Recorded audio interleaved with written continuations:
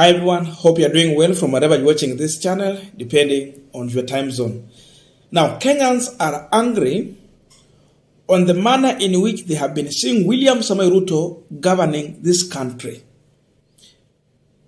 They are not happy on the manner in which William Ruto view Kenyans. And they are now coming out bold enough to face William Ruto and ask him hard questions. They are now telling William Ruto the truth without even blinking an eye. Na kuna maswali wanauliza ya kwamba kama Ruto anaabudu Mungu na hiyo style yenye anatumia kuabudu Mungu, ukweli kuna Mungu? And they are asking, hata kama Ruto hana macho, kama hana akili, basi atumie macho kuona. It means, despite the fact that Ruto has refused to use his brain, he is again now refusing to use his eyes to see exactly what is happening on the ground. Yani, they are clearly telling the president that unatubeba ujinga. And they are telling William Samoei to stop ignoring Kenyans, thinking that they are stupid. He can lie straight in their face, believing that they are taking the lies that he is trying to put before them. So it's clear. I believe it is because they have been pushed to a corner. And again, the issue of questioning the matter to do with the Christianity or religion, I think we want to look deeper into that. But first of all, listen to this. Nataka kuambia Ruto hivi, wewe ni mzee na nasema kwamba umeokoka, wacha pipindi. Kuwa mtu mwerevu. Tumia akili, hata kama una akili tumia macho. Ni vibaya sana kudanganya watu kila wakati, unaona kama ni mafala hawaelewi. Nataka kusema hivi. 2013 ulituambia kwamba watoto wa class 1 watapata laptop. Si kwamba tumesahau ama tujakufa, tuko hai. 2017 umekuja vipindi vingine. Mambo ya stadium, kila county itakuwa na stadium 47. Hata kwenu wazingishi iko wapi ile ambayo ulijenga?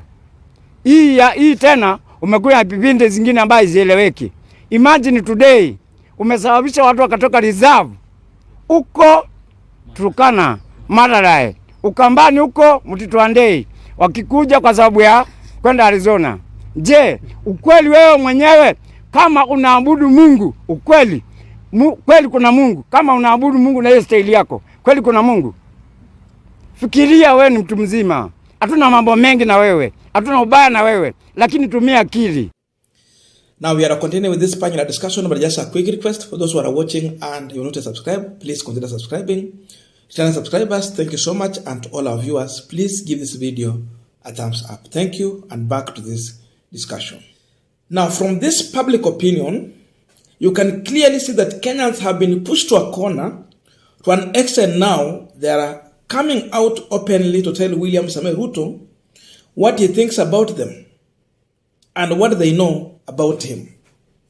And that's why you see they are clearly asking him, hata kama hutumia akili, kwa nini sasa mbona usitumie macho tu uone ya kwamba vitu zinaharibika na ya kwamba kuna mambo mengine pia si ya kudanganya watu. Unaonekana tu wazi ya kwamba ni kama unadanganya.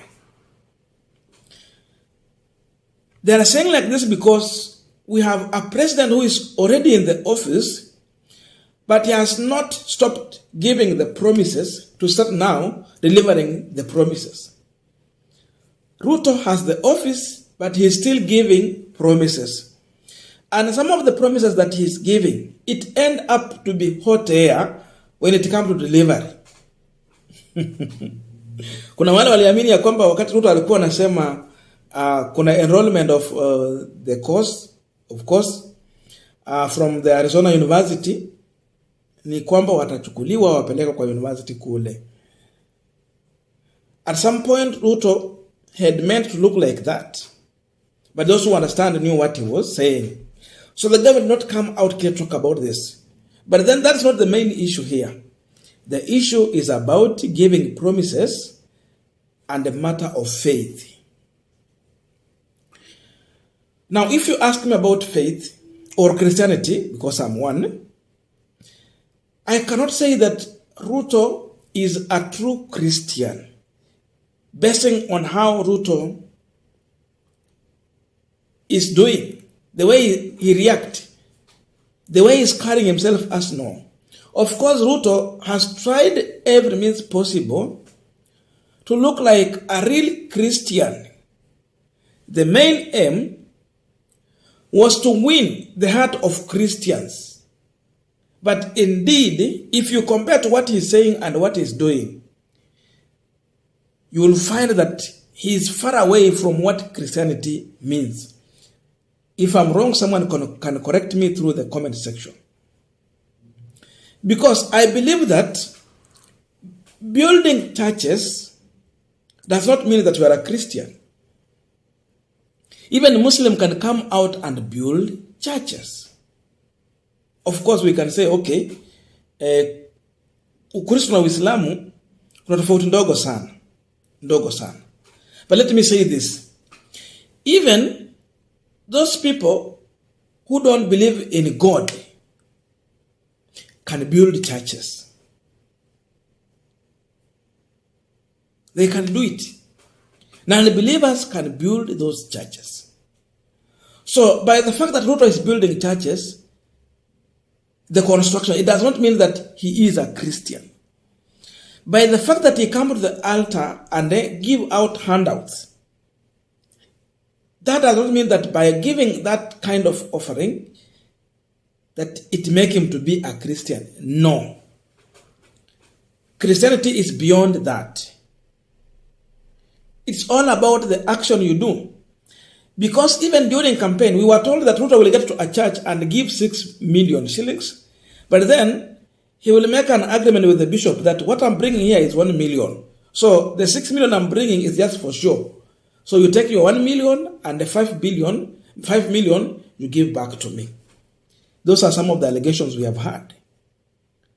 So, tell me, where is the Christianity here? If this is the kind of a leader who go to the altar and then falsely try to create a perception like he's giving this amount, when in real sense what he's giving is different. And again, he wants what the right hand has given, the left hand to know. We have a president who is in power, and the old people in this country, widow and widowers, the aged, who have been benefiting from the monthly remittance, has been withdrawn from the government, by the government. They are now sleeping hungry. How does you say that Ruto is a Christian when he cannot feed the hungry old people in this country? Kama huo ndio Ukristo, basi wengi tutaenda mbinguni. If you can compare to what William Ruto is doing and say that this is a true Christian, then it means many people will see heaven. If really by doing that means you will go to heaven. So you cannot use those things to say that Ruto is a Christian. And that's why you see this man is bold enough to call on the president. That what is the Christianity he's talking about in him? Can we see it? Does he mean what he's saying? Ruto had one focus. His focus was to hoodwink the Christian by lying to them and then win their vote. As simple as that. It was all about the political conmanship during the campaign. Because whatever he promised, he cannot deliver. As of now, people are asking so many questions. You told us in 100 days we will have affordable basic commodities in this country. But then why is it becoming so much hard than even during the Uhuru Kenyatta time? This is a government that promised to take the Kenyan people back to the era of Kibaki, where things were working for everyone. But instead, even they are worse than Uhuru Kenyatta. Can you see any element of Kibaki in Ruto or Gachagua? Kibaki came in and we enjoyed the free primary and secondary education. It wasn't 100% free, but it was subsidized. People enjoy. I'm one of those beneficiaries. I was in primary school by then. But Ruto has come and removed. Then he said he want to take us, he want to pick from where Kibaki left. So is that the Kibaki we had? That's why Kenyans are telling him kwamba yeye anaona ako na akili kweli, na anaona kweli. Si amwe hata kutumia macho kama amekataa kutumia akili, ya kwamba we are a country that was growing, and the direction that Kenya was supposed to take, it was to take this country to a situation whereby now education is free. So now we can compete with other developed countries. But now, removing free education, it means we are taking us back to, tutalinganisha na nchi gani? We were the best in East Africa. But seemingly, countries like Rwanda will overtake Kenya.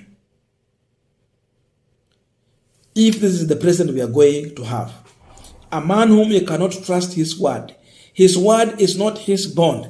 And you know, for Christianity, your word should be your bond. And this can be explained to the Quaker Christians. For those who remember, when Mudavadi was taking the oath of office, he simply just affirmed by lifting his hand. According to the Quaker Christians, their word is their bond. What they say is what they believe and is what they will do. So for that reason, they don't need to swear by the Bible. Their word is their bond. And you know, by swearing by the Bible, it means people will take you to a task, or they will question you if you fail to deliver what you said after swearing using the Bible. Watakuuliza maswali kama kweli wewe mwenyewe ulichukua kiapo kitumia Biblia na hivi sasa unatudanganya. So Christianity is all about your word to be your bond. Let your word be your bond. Go with what you said. He said he will not create offices for the big boys, but instead, everyone was benefited. They are the big boys.